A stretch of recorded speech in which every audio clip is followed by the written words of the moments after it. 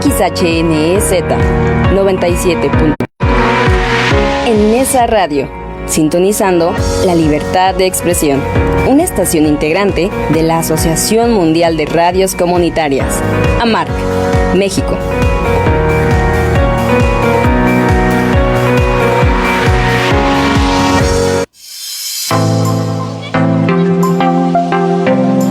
En Su Tinta Radio, un espacio para la literatura, la poesía, la filosofía y la sociedad.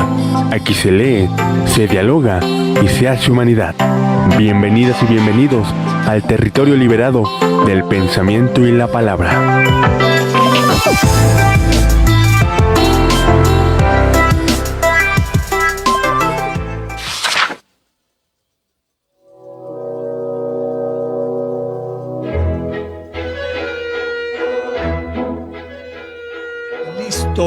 Listos, ¿cómo están? Muy buenas tardes, bienvenidas, bienvenidos a este sábado 25 de abril de 2026. Yo soy Francisco Vázquez Salazar y me acompaña ahora en los controles de cabina hacia adentro el compañero periodista, joven talentoso Daniel Samperio. ¿Cómo están? Bienvenidos a En Su Tinta Radio, en esa radio 97.3 del FM, radio rabiosamente digna. Empezando un poquitito tarde porque nos estamos poniendo todavía de acuerdo de tantos libros que vamos a hablar hoy. Totalmente. Entonces ya se imaginarán, traemos muchos en las maletas y decíamos este sí, este no, como cuando intercambiamos en las estampitas. Tú cuál día tienes, yo no lo tengo, a ver cuánto por este, 2 por 1, en fin. Pero ya estamos aquí, listos para que En Su Tinta Radio hable con ustedes de filosofía, poesía y sociedad. Como sabes, es un programa también auspiciado por los poetas en construcción y vamos muy de la mano con en esa radio 97.3, nuestra directora Rocío Román. Saludamos a los controles, por supuesto, a Abraham. Buenas tardes, Abraham. Gracias, como siempre. Además, alguien que nos consta lee mucho. Sí. Entonces, qué bueno que esté aquí con nosotros, cerquita siempre. Y a los compañeros, compañeras poetas que nos siguen del grupo, por supuesto, gracias también por hacer posible este espacio. Y a usted, claro, que está del otro lado ahí en la frecuencia o en las redes sociales. Llámenos al 55 22 28 01 33. Expónganos cuál es el libro que más le ha gustado en toda su vida, lo que sea que haya leído, si es el libro vaquero, el libro semanal, el libro sentimental, ¿no? En fin, nosotros aquí bienvenidos, bienvenidas, muchas gracias. Pues hoy traemos un buen programa, preparado en buena medida, y por eso le voy a dar la palabra ya a nuestro compañero Daniel Samperio, muy creativo para estas listas de programas, estas agendas. Daniel, ¿qué vamos a hablar hoy? Muchas gracias, maestro. Pues un saludo a todos los seguidores, a todo el auditorio de Nesa Radio y por supuesto En Su Tinta Radio. Y el día de hoy nos convoca el Día Mundial del Libro, maestro, que se conmemoró el pasado 23 de abril, hace unos cuantos días. Sí. Y que, bueno, surge en 1995, a raíz de la conmemoración del fallecimiento del gran escritor, dramaturgo, etcétera, etcétera, William Shakespeare. Aunque bueno, hay algunos historiadores que dicen que no falleció el 23 de abril, etcétera, etcétera. Pero bueno, declarado por la UNESCO en 1995, pues... En el día en que murió Shakespeare.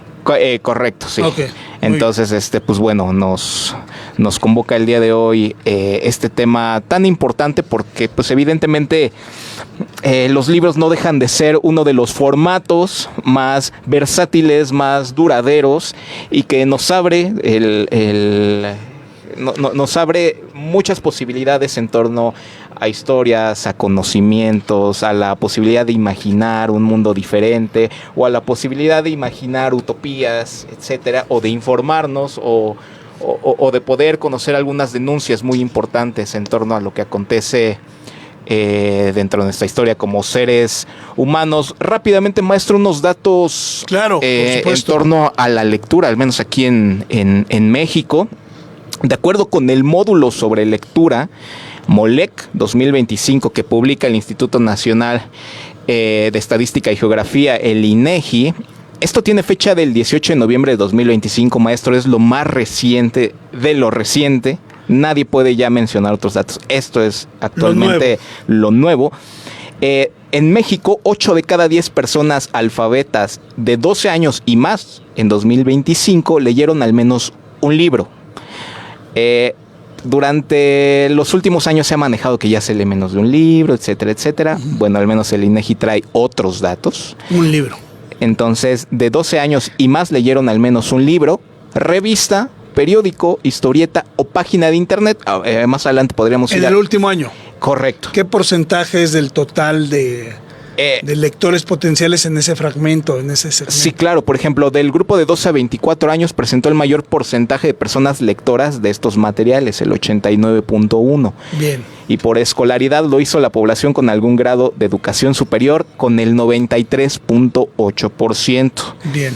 De ese segmento, el total de la población alfabeta de 12 años y más, que son 103.9 millones de personas, 62.5% leyó libros.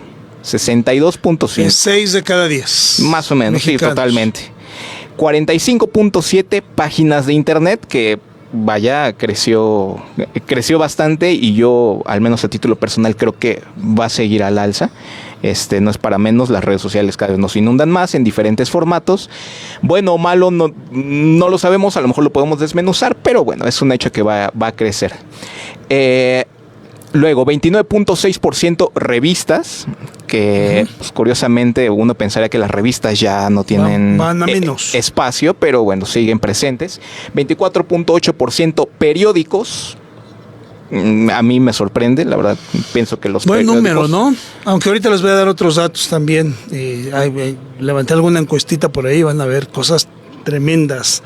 Correcto, maestro. Y 29.9% historietas, cómics o mangas. 7.9% de la población alfabeta de 12 años y más no leyó redes sociales ni algún material. O sea, 7.9% de la población alfabeta no leyó nada. Absolutamente. Ni libros nada. ni redes, maestro. A ver, aquí hay un dato que quisiéramos saber. Del total de la población alfabeta, la población potencialmente lectora, ¿en qué porcentaje está México en cuanto a lectores?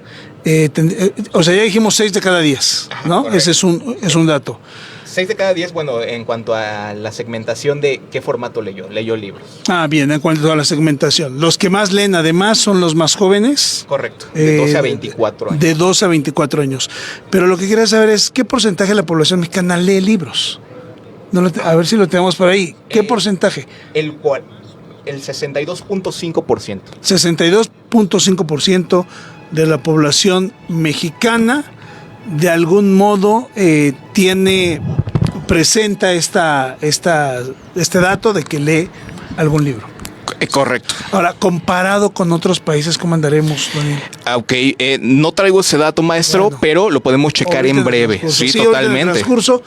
Es importante, mire, porque se ha hecho, no sé, la última década tal vez o más, se ha estado haciendo un grandísimo esfuerzo porque las y los mexicanos tengamos la posibilidad de leer libros, y son varios factores. El primero, el tema económico. Y sí pesa, a hoy los libros, un libro promedio bueno, a ver si tú has ido a las librerías últimamente, pero está en promedio entre 400 y 600 pesos de una buena editorial. Sí. Un libro bueno. Hay libros de 250, 300 pesos que para una economía de un estudiante un promedio igual, sí es algo, ¿no?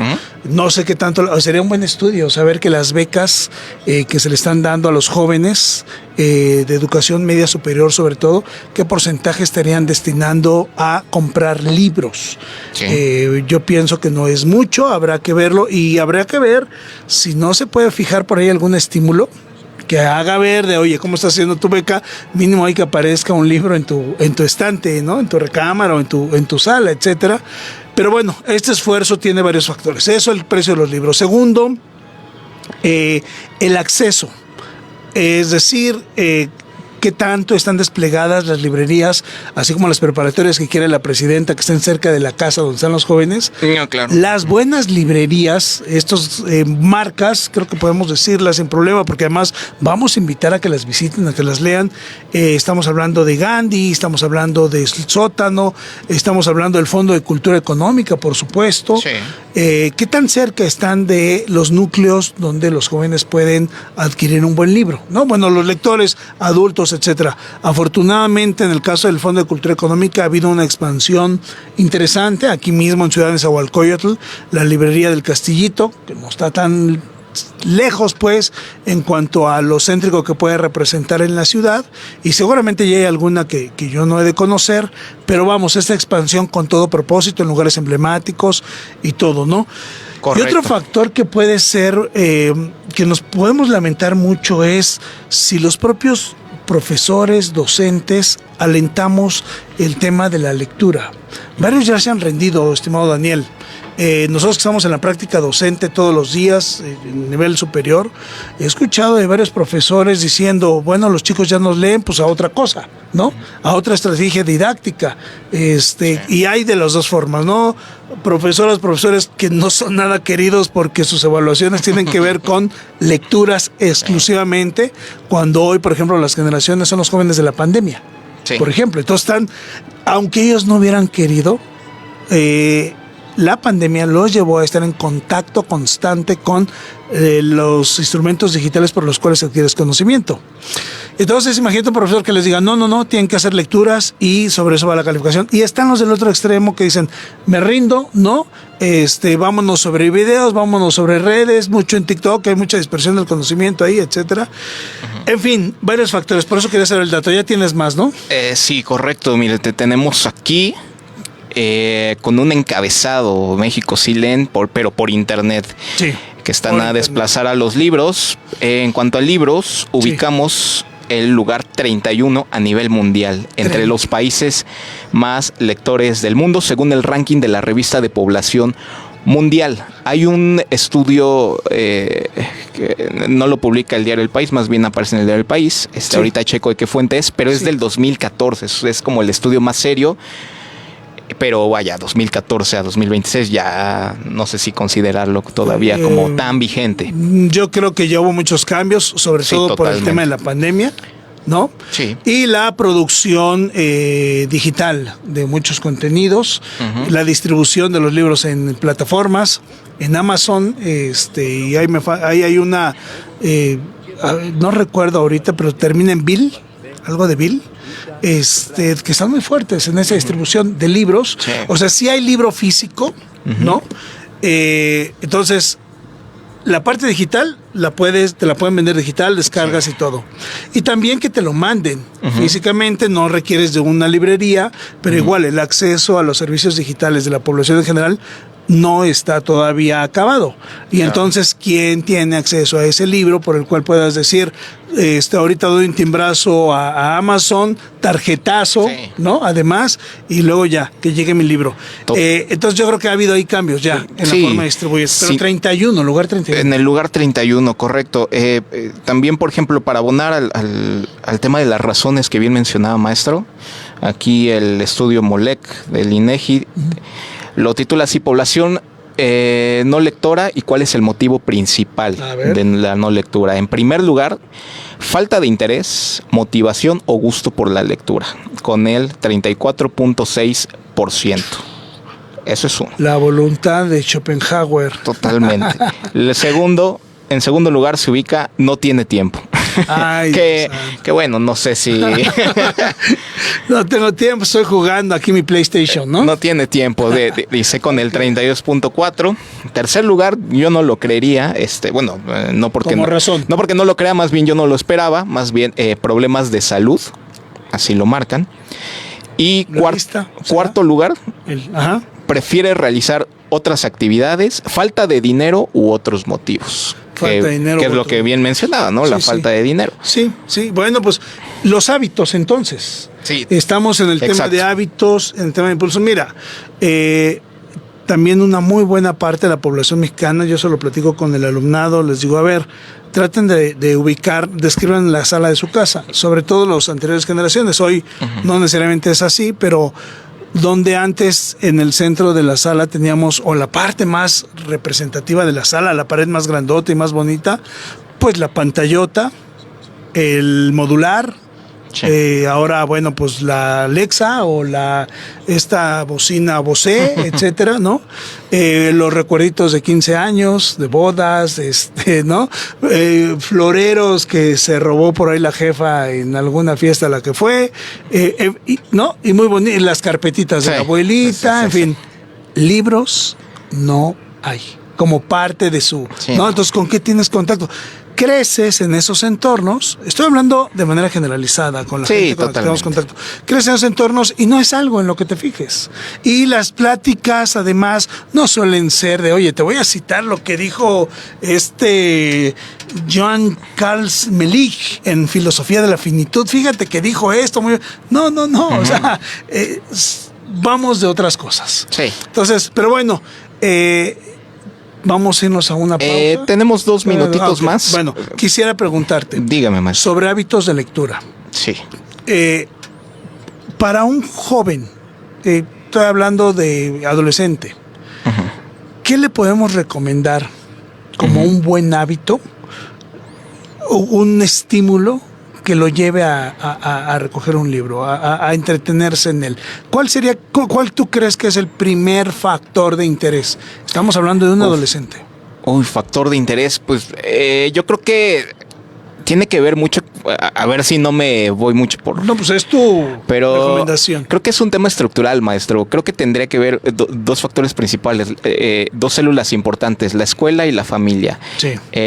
La escuela, creo que a veces la bibliografía que recomiendan o que se estudia en clase tal vez no es la que pudiera llamar más la atención. Más la atención. Y el otro factor, pues sin duda, pues la familia influye mucho en este sentido, porque un adolescente, estamos hablando secundaria, preparatoria, pues evidentemente necesita de una figura, necesita de un ejemplo, considero yo, para poder replicar al menos el hecho de agarrar, sentarte y leer un libro, sea corto, sea largo, etcétera, etcétera. Tiene que ver mucho también las obras.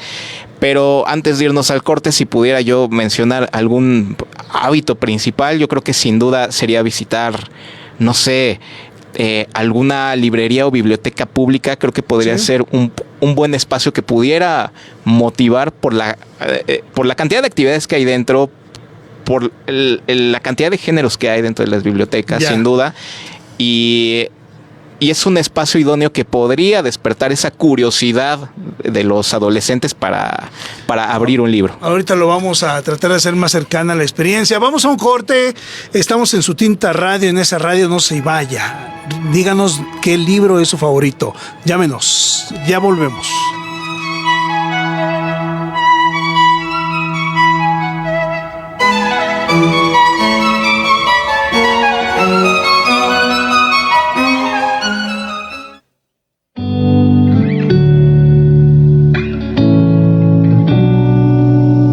Vamos a un corte de estación. En Su Tinta Radio ya regresa con más pensamiento y palabra. Este domingo en la Hora Nacional platicamos del Día de la Salud y la Seguridad en el Trabajo. Celebramos a las niñas y los niños hablando de sus derechos. Y aprenderemos una lengua indígena en la Hora Naime, Tiempo del Corazón. Les decimos cómo prevenir quemaduras en niñas, niños y adolescentes. También les contaremos sobre los avances del Mundial Social y otros programas del gobierno federal. Leos y Chalos esperamos este domingo a las 10 de la noche. Esta es una producción de RTC de la Secretaría de Gobernación. Gobierno de México. Escuchas en esa radio 97.3 de tu FM. Con las rutas de la salud, las medicinas llegan donde tú las necesitas. Vengo caminando y no es necesario ni transbordar ni ir más lejos. Antes era muy crítico encontrar el medicamento. Ahora aquí en la unidad nos entregan el medicamento. El medicamento es más fácil de conseguir porque no se tiene que comprar. Todos los días trabajamos para entregar medicamentos a más de 8,700 unidades médicas y hospitales. Gobierno de México.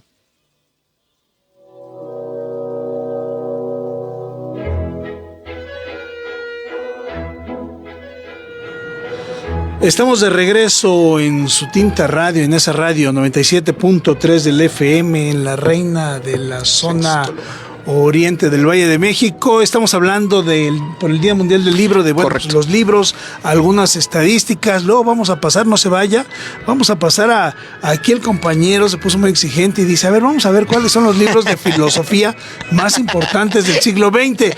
Y yo vengo con un coraje tremendo derivado de esa pregunta y ahorita lo voy a decir por qué. No, terrible, de verdad. Imagínense cruzar la ciudad y luego con esa pregunta en la cabeza. Bueno, pero me pasó antes, además. A ver, había un dato que habíamos dejado aquí en el tintero y que ya Daniel nos lo tiene a la mano. Y voy a extender la pregunta. ¿Qué lugar ocupa México en los países latinoamericanos más lectores? Y la otra es, ¿cuáles son los países que en América Latina donde más se lee? Correcto. Ver, tú dices. Muy bien, maestro. Mire, según el Centro Regional para el Fomento del Libro en América Latina y el Caribe, CERLAC, un organismo auspiciado por la UNESCO, señala que México ocupa el 6º lugar. Uy, estamos lejos. 6º lugar. Me preguntaba por los primeros lugares. Bueno, estamos por abajo en primer lugar. 55.4 libros por año. Sí, imagínense, acabamos de decir al inicio del programa que México 1, ¿no? Entonces, vaya, hay una diferencia importante. Chile, 51% de su población, con un promedio de 4.5 libros. Tercer lugar, Brasil, 46% de la población tiene hábitos de lectura frecuentes. Aquí ya no menciona cuántos, pero bueno. Está Brasil. Cuarto lugar, Colombia. Perú, 35% de la población mantiene el hábito de la lectura, y en México solo el 20% de los mexicanos leen libros de manera regular. 20%, sí, porque el 62% que diste al inicio era sobre el público lector con algún tipo de segmentación o hábito, ¿verdad? Exacto, correcto. Y en es de la población total abierta, en general, el 20% lee libros según este organismo. De manera regular. De manera regular. Y agregan un dato curioso. Dice, España sigue siendo el país de habla hispana con más lectores, con un 61% de la población leyendo un promedio de 10.3 libros al año. Válgame, no, bueno, imagínense. Ahora la pregunta para usted, amable escucha, o que nos sigue en redes. A ver, en serio, ¿qué libro leyó en el último año? Se dicen que nada más leímos un libro. ¿O cuáles libros, pues, leyó en el último año? Y de verdad, échanos una llamada a 5522280133 o deje su comentario. Estamos en transmisión en vivo en Facebook y ahí podemos leer. Nos va a servir para alentarnos y buscar cambiar el estado de las cosas. Yo decía que quería dar un dato a propósito de los periódicos, que decías el 24% más o menos lee periódicos. De ese dato, lo que no entiendo es si era sobre un público etario o el 24% de la población abierta general. Yo les quiero dar un dato. En un grupo de la UNAM donde hice una encuesta, fíjate, Daniel, en un grupo de la UNAM donde hice una encuesta, el 2% de 50 alumnas y alumnos encuestados lee un periódico de manera física, 2%, y lo hizo por casualidad.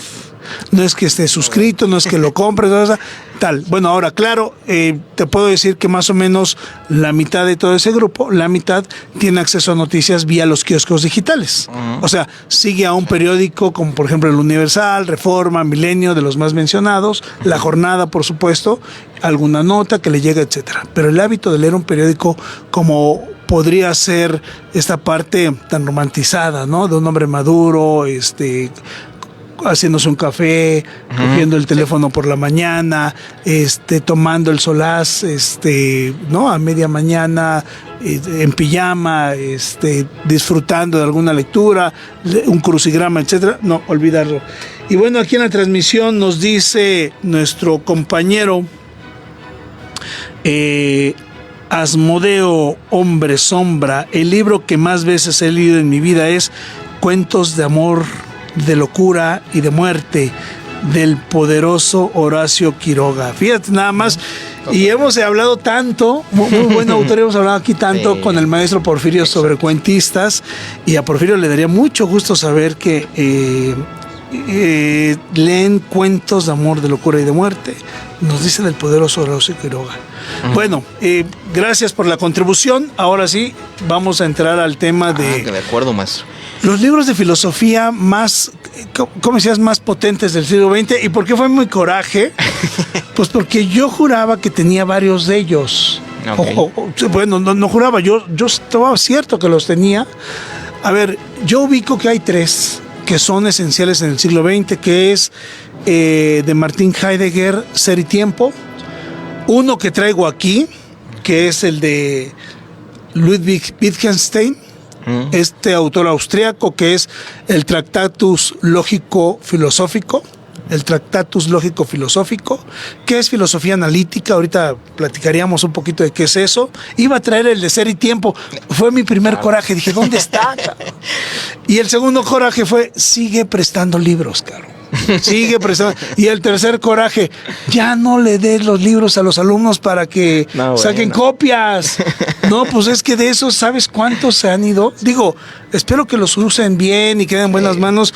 Ahí me di cuenta que fácil tengo como un 15 o 20% del total de mis libros perdidos. No me diga, man. Ya no van a regresar. No. Y muchos como ese.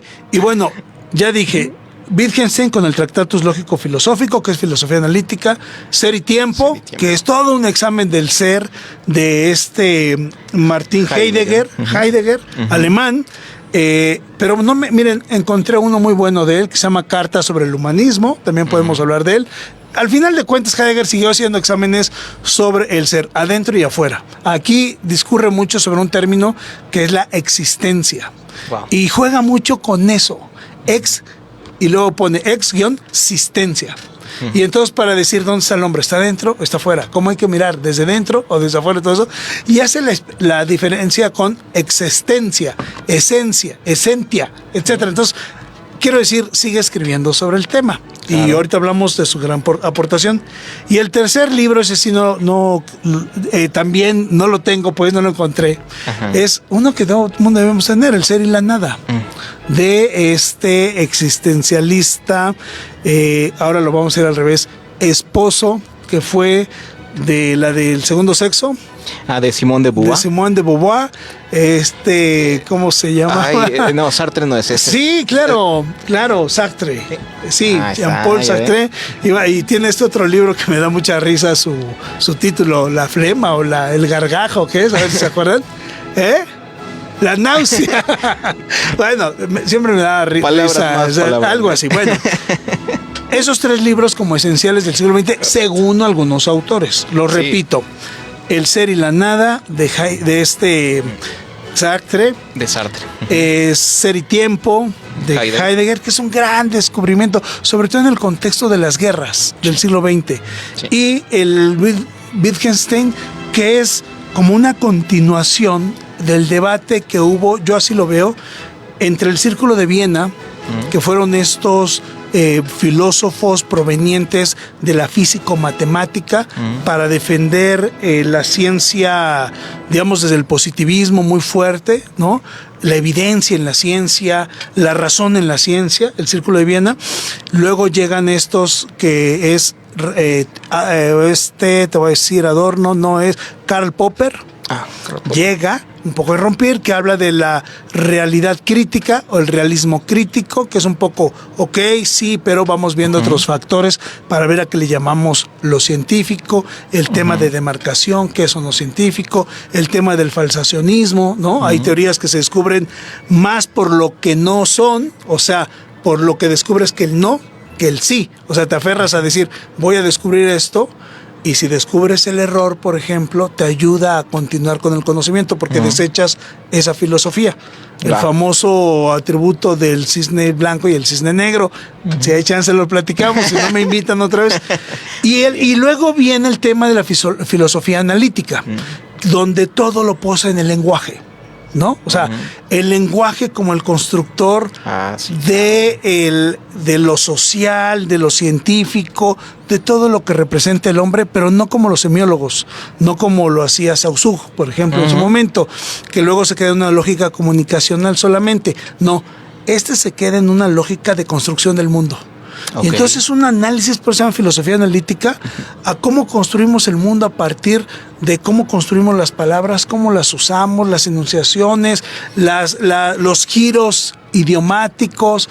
Bien interesante. ¿Ahí podríamos citar a Habermas o...? Sí, claro. Estoy lejos. Luego viene Habermas con el tema de la acción comunicativa.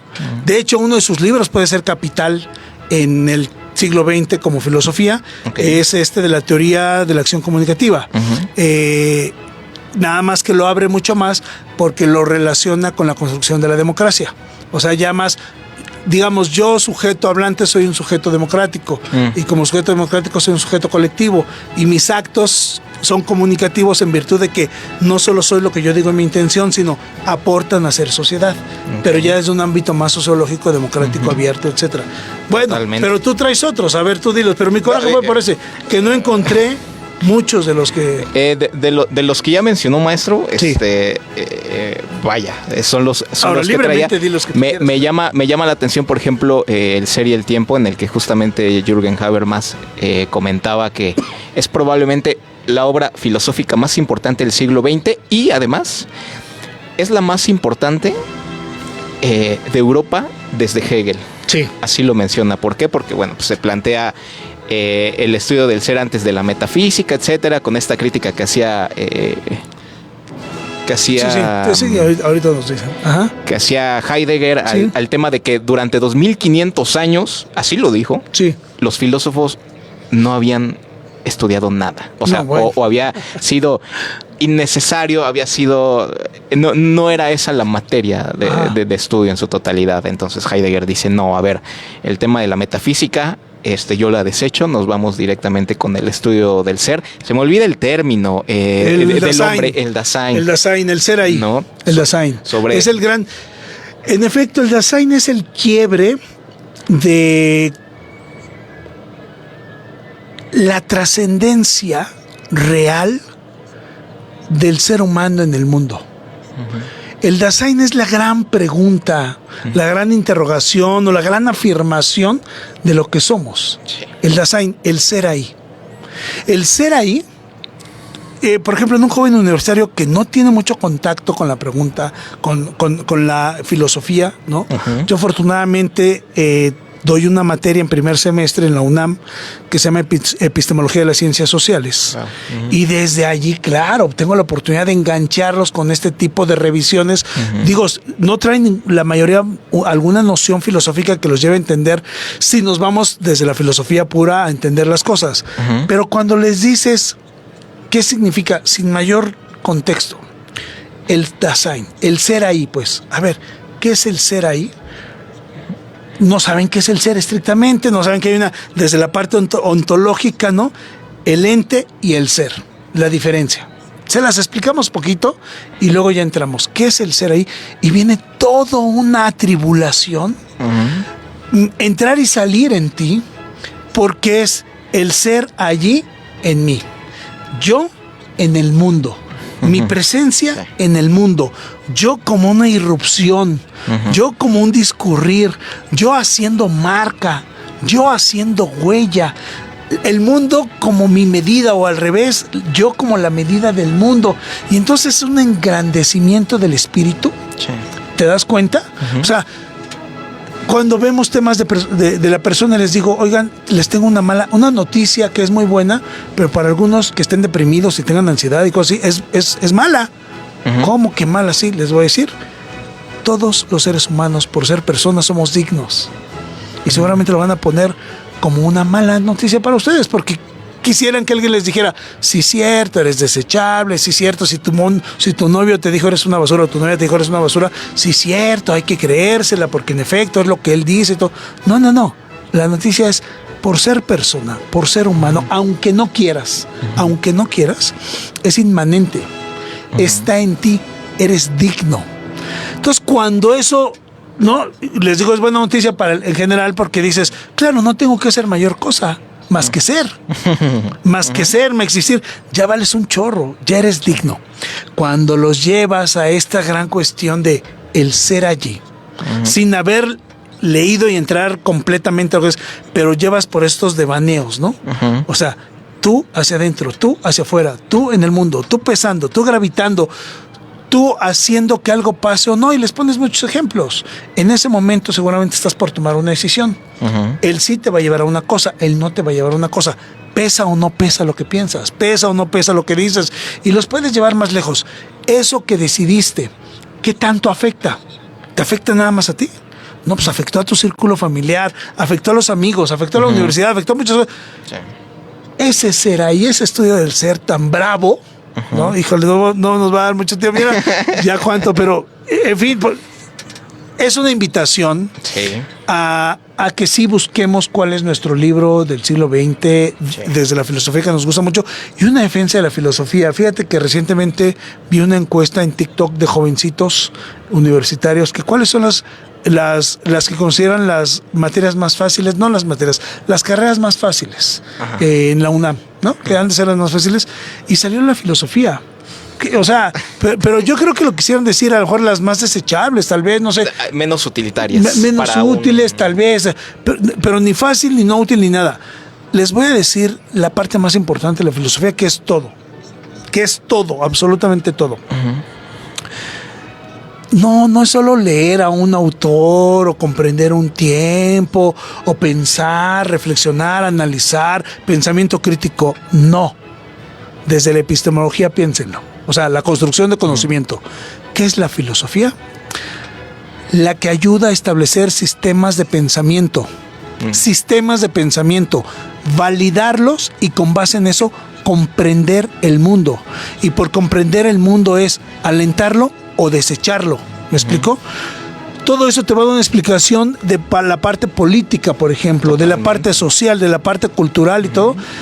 Hubo un tiempo, sobre todo cuando fue la gran crisis de 2008, de los financieros, que no sabían qué hacer, exactamente, que no sabían qué hacer, que los filósofos se fueron a lo más top, porque eran los más contratados para asesores de estos voraces, ambiciosos, que no piensan, ya sea empresarios, ya sea gobierno, autoridades de gobierno. No quiero decir que todos sean así, pero en ese momento todos estaban con una broncota.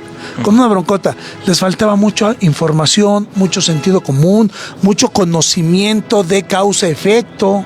Desde la filosofía tú ves lo que puede provocar una toma de decisiones, y ahorita lo vamos a ver rápido. Solo voy a revisar títulos. Por favor. Solo voy a revisar títulos. ¿Por qué es útil la filosofía? Porque es la que establece sistemas de pensamiento. ¿Y eso qué significa? Un sistema de pensamiento establecido es lo que te permite hacer el mundo. Consentirlo o no, combatirlo o no. Curiosamente, los grandes giros de pensamiento en el mundo vienen de las guerras. Sí, totalmente. Provienen de las crisis. Díganme, lo debe haber, pero yo ahorita que hice un examen, díganme, en un estado de paz, algo que haya propiciado un cambio de sistema de pensamiento. Sí, claro. A ver, ¿algún episodio de estado de paz? Pues no, porque no hay nada alterado. ¿Me explico? La filosofía, sin embargo, en estados de paz puede irlos cambiando gradualmente en virtud de cosas como, por ejemplo, ¿qué es la dignidad humana? En el marco de las nuevas condicionantes en las que vivimos. Claro. ¿Qué es el bienestar? ¿Cómo damos bienestar al ser humano en un estado donde no estamos teniendo guerra, pero, híjole, nos estamos decantando más por este tipo de satisfactores que nos aíslan? Que nos dejan de hablar, de abrazarnos, de estar con la familia, cosas así. Oigan, hay estas formas también de estar. Somos hipertecnológicos, convivamos con la tecnología, no hay miedo. Va, órale, ¿cómo lo hacemos? Sí, claro. Y no esperamos a que venga una guerra. Que venga un filósofo, una filósofa, y que empiece. En fin. Pero a ver, tú dime. Me decía un maestro con formación sociológica en la FES Aragón. Dice, yo lo único que pediría a los próximos presidentes, eso fue en 2018, me dice, es que los presidentes tuvieran una sección en la que solamente tuvieran filósofos y sociólogos. Así que el presidente tuviera un departamento de filosofía y sociología dentro del gabinete. Dice, para poder dar cauce a muchas de las problemáticas sociales que presenta el país. No estás nada equivocado, y no está nada equivocado quien lo piensa. Lo que digo es, afortunadamente muchos filósofos y filósofas hoy día siguen asesorando gobiernos en los distintos niveles de gobierno, y eso da mucha sensatez. O sea, cuando a un cuate así, de estos acelerados que quieren solo hacer dinero o quieren ganar solo votos, les hablas, por ejemplo, desde la frónesis, la prudencia aristotélica, o socrática, les hablas. ¿Quién dijo, yo cambiaría toda mi obra por 3 horas de conversación con Sócrates? No lo recuerdo, apenas lo leí. Alguien lo dijo, de estos grandes escritores. Yo cambiaría toda mi obra por tener 3 horas de conversación con Sócrates. ¿Te das cuenta, no?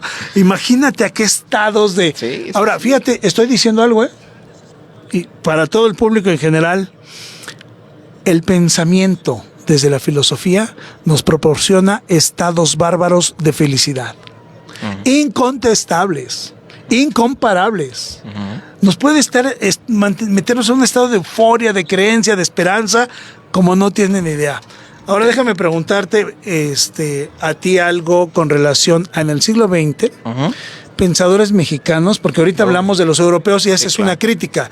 Debiéramos hablar, es una crítica porque, por ejemplo, hay filósofos como Dussel, ¿no? Claro. Y está Enrique Semo mismo también, que le acaban de homenajear. Que se han dedicado a decolonizar el pensamiento europeo en las Américas y decir, vamos por un pensamiento propio, una epistemología. De hecho, hay un libro muy bonito. Bueno, este es de un brasileño, Epistemologías del Sur, de Joao Ventura, pero también Dussel tiene una de epistemologías para Latinoamérica, no recuerdo el título, yo lo tengo, lo puedo traer la próxima semana. Espero no haberlo prestado a un compañero alumno. Y compañero alumno, compañera alumna, si usted me debe algún libro, sea decente, por favor, aparézcase en mis clases, vea dónde estoy dando clases ahí en la facultad, vaya, asista y regréseme mi libro, no pasa nada, y le puedo prestar otro, pero no, deme chance de tener otro de esos libros de regreso. Pero a ver, mexicanos, para mí uno muy importante, Samuel Ramos. Aquí está. Sí lo tengo. Yo tengo esa edición. El perfil del hombre y la cultura en México. No, yo sé. Palomita. ¿Otro? Lo tengo tachoneado. Tenerlo, a ver. ¿Cuál otro? Otro podría ser Emilio Uranga también. Emilio Uranga, bien, sí, claro, ese traería libros Porfirio de él. Emilio Uranga podría ser también Alfonso Reyes. Cierto. Que yo creo que es nuestro más grande pensador, pues nada fundador menos, del Ateneo. el de la cartilla moral. Sí, exactamente. Nada menos, que bueno, lo escribió en los fines de los 40. Lo retoma el presidente Andrés Manuel López Obrador. Totalmente. No por nada.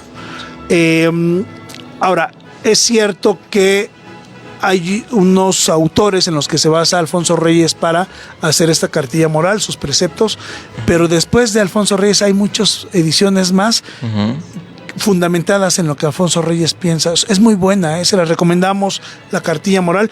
La puede buscar incluso en internet en la versión del gobierno mexicano. Sí le hizo algunos retoques, según que para que le entendamos al lenguaje un poco, pero sí búsquenla, de verdad. Totalmente. Tiene razón. Habla de la patria, habla de la familia, habla de yo justamente, de mi yo y mi relación con todo lo demás, incluso con el medio ambiente, con los amigos, con los pares. Está muy interesante. Totalmente. Bueno, bien, ¿Y quién más? José Vasconcelos. Claro. Polémico con el tema de la raza cósmica. Sí, ¿no? ¿Por qué polémico? ¿Qué te hace polemizar de eso? Por algunos comentarios que pudieran parecer un poco apegados en ese contexto al nacionalsocialismo, sobre la creación de una raza única, dorada, etcétera. Pero a final de cuentas aborda la parte de una historia generada desde Latinoamérica para Latinoamérica. Eso es lo que quería yo decir. Hay que ver en qué contexto lo leemos. No lo hizo, lo leemos, porque hay una cosa, por ejemplo, este libro de Heidegger, Ser y Tiempo y todo eso, sin embargo, Heidegger está muy fundado por la cercanía que habría tenido con el nazismo, por ejemplo, Correcto. Este movimiento nazi, y que lo persiguió en posterior a, ¿no? Entonces, yo lo que digo en esos tiempos, respecto a eso, es, hay dos formas de entenderlo: cuando haces la obra, pero también desde dónde la lees, cuándo la lees y qué de eso puedes retomar. Sí. Porque yo lo que puedo creer es que en la mayoría de estos hombres y mujeres no hay mala fe.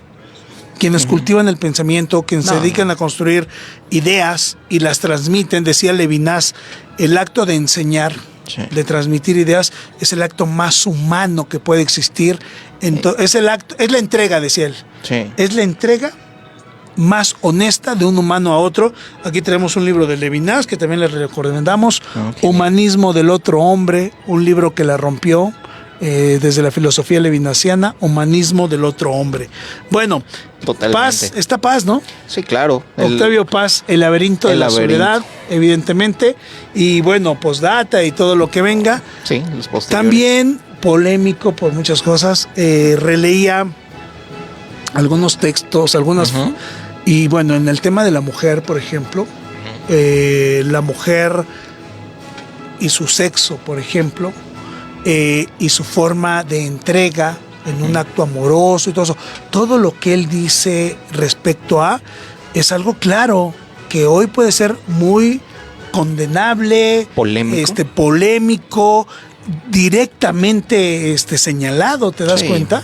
Porque en ese momento no le concedía nada, o quisiera preguntarle, si lo tuviera vivo, es, ¿de veras no pudiste conceder? O sea, puedes tener alguna razón en esto, pero adicional, no podías tener otra lectura de la mujer como hoy lo estamos viendo. O sea, si algo debe tener un filósofo o un pensador, es adelantarse a su tiempo. Él me podrá decir, es que el laberinto de la soledad era el presente y el pasado, para así proyectar después futuro, y yo no veía esa parte. Pero estás exigido ¿no? Exigido a decir, y la mujer, que luego lo hace, con los temas del acceso a la democracia, su participación social, de todos, quiero decir, como ciudadanos y todo.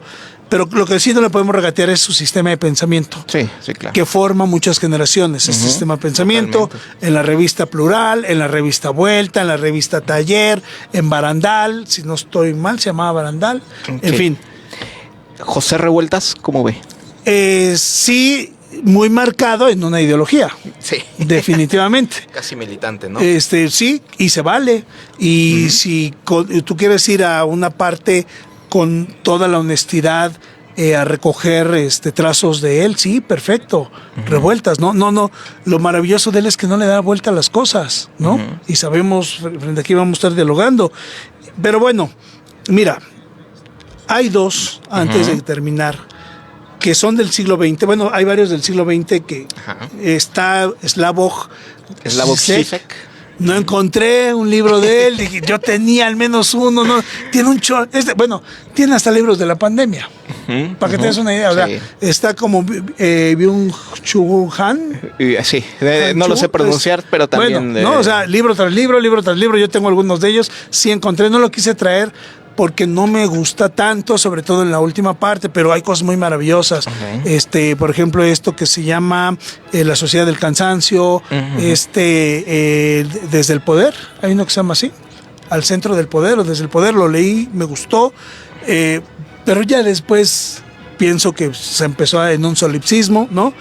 Pero bueno, de Slavoj Žižek pude haber traído algunos, pero yo les recomiendo a Žižek, sobre todo si lo pueden ver en YouTube.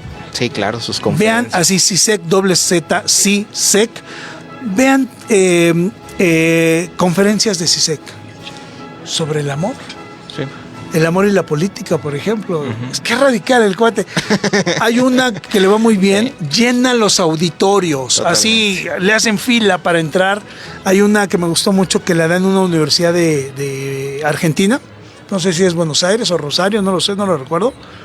Véanla, muy bueno, muy buen filósofo, y sus obras pueden ser también dignas de decir, muy del siglo XX.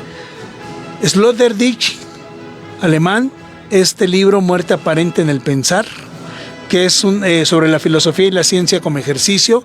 Es una crítica a todo lo que hemos venido recogiendo como sistemas de pensamiento. Muy complicada su lectura, muy complicada. Yo tengo aquí muchos apuntes, pero bueno, él tiene otro libro muy grandote que se llama Crítica Abierta, Crítica a la Razón Pura. ¿No? Pero es un fraseo, porque ves que el libro así se llama original, Crítica a la Razón Pura, y creo que se llama Crítica a la Razón Cínica. Okay. A ver, búsquenlo, de Peter Sloterdijk. Y los últimos dos que yo les recomiendo, que son contemporáneos, y bueno, nos deja saludos Dul Corona, nos deja saludos, bueno, Jessica Vera lo está viendo, creo que Jessica fue nuestra compañera. Sí, Jessica Vera, un gran saludo en la FES Aragón. En la FES Aragón, claro, la recuerdo con aprecio, y ojalá algún día se anime a venir, o que nos tome una llamada, ¿no? A ver en dónde anda, qué anda haciendo. Hablo con ella y nunca nos comenta aquí. Sí. Hablé ayer con ella. Sí. Y mire. ¿Y luego? Pues no comenta. ¿Por qué no la invitas? Sí, claro que sí, la invitamos. Gaby Tapia, también saludos cordiales a todos en cabina. Andrés Lucio, saludos amigos. Muchísimas gracias, que nos vean y todo eso. Y por eso les vamos a dar recomendaciones de dos libros. No son del siglo XX. Okay. Son del siglo XXI, pues. Pero que ya váyanle poniendo acento, porque qué tal que en un siglo vienes a hacer el programa. Para entonces ya va a estar muy aventada la nanotecnología y la bioética y todo eso, y vas a vivir como 300 años. Entonces, en 100 años que vengas, ojalá. te acordarás que mencionamos estos libros. Este está en inglés, se llama Radical Hope. No he encontrado la edición en español, o sea, Esperanza Radical, de un estudioso del pensamiento social, de Jonathan Lear. Se los recomiendo mucho. Está en Amazon. Esperanza Radical es un estudio de hoy el ser humano, dónde puede tener sus salidas éticas y morales a partir de decisiones que tomó una tribu en Estados Unidos cercana a Montana, la famosa Crow Nation. De hecho tiene un tapí, como en la portada es un tapí, una casita india de allá del norte en Norteamérica, y entonces estudia esta nación. Nació Crow, que era vecino de los Sioux, por ejemplo. Los Cheyennes le quedaban a la derecha, en fin, todo esto. Y su resiliencia para tres cosas. Morir, vivir, o lo más importante, que es la esperanza radical, adaptarse. Wow. Adaptarse desde preceptos morales y éticos revisados. O sea, tienes que revisar qué es para ti la muerte, tienes que revisar para ti qué es la vida, ¿no? Y sobre eso, el gran factor de lo humano, la gran capacidad, adaptación, que es lo más socorrido. Y el otro, Homo Deus, de un filósofo que la está rompiendo. Bueno, este es de la Universidad de Chicago. Este es de... Híjole, se los voy a deber ese dato, pero es de Universidad Hebrea de Jerusalén. De la Universidad Hebrea de Jerusalén, Yuval Noah Harari, Homo Deus. Tiene uno previo, que es un poco de cómo el hombre pasó de ser Homo sapiens o el recorrido del Homo sapiens. Todo un análisis.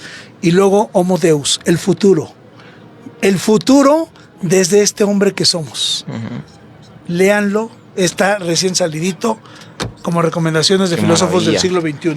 Perdónenme, y dejé varios aquí ya sin hablar, pero creo que ya acabamos. ¿No mencionamos a Freire? ¿Podría ser o no? ¿O es muy pedagógico? Pues está en el ámbito de la psicología. Evidentemente, si mencionas a Freire, tienes que mencionar a Lacan, por ejemplo. Claro, entonces, sí me explico, pero sí, por supuesto que totalmente. Sí. Y ya nada más decirles el libro que les recomiendo para leer. Mi libro favorito, hagan su ejercicio. ¿Cuál es su libro favorito allá de usted? ¿Tú cuál es el tuyo? De toda tu vida. La sombra del caudillo. La sombra del caudillo. De Martín Luis Guzmán. Yo tuve muchos problemas para llegar a eso. Fue parte de mi enojo también, porque qué difícil llegar a un punto, pero es J.D. Salinger, el autor, El guardián entre el centeno. J.D. Salinger, es la noche. La noche tormentosa, ingeniosa, pragmática, mágica de un adolescente en el Bronx, en Nueva York. Si no estoy mal, pasa esto. Me lo recomendó Eusebio Rubalcaba. Ok. Y se lo agradecí mucho. Yo era muy joven, muy jovencito, no tenía ni 20 años. Demian cuando de llegué. Hermann Hesse también me... ¿Te gusta mucho? Sí, sí, totalmente. El tuyo, Abraham, tu libro favorito.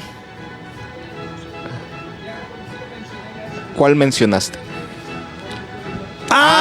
Horacio Quiroga, sí es cierto. Quiroga, muy bien, pues ya descubrimos además aquí uno de nuestros seguidores más cultos. Cuentos de amor, de locura y de muerte de Horacio Quiroga. Sí, muy bien. Y bueno, Alejandra Salazar Martínez, bonita tarde, maestro Francisco invitado, es una delicia escucharlos. Pues ya nos vamos, gracias, muy buenas tardes, despide tú porque yo... Maestro, muchísimas gracias y también, por supuesto, muchas gracias a todo el auditorio de En Su Tinta Radio por En Esa Radio 97.3 FM. Nos vemos el siguiente sábado. Hasta pronto.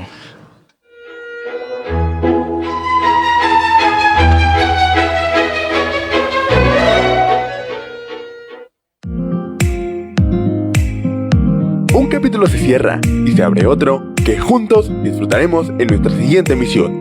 Gracias por acompañarnos y ser parte de En Su Tinta Radio y cultivar el mundo que es posible. Hasta